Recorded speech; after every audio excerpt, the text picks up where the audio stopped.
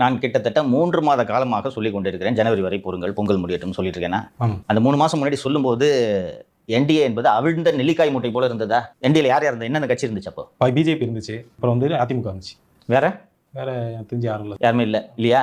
அன்னைக்கு நானே இல்லை என்டிஏ வலுவான கூட்டணியாக உருவாகும் அப்படின்னு சொல்லும்போது இவர் ஒரு இஷ்டத்துக்கு பேசுகிறாருன்னு நினச்சிருப்பீங்க. கரெக்டா?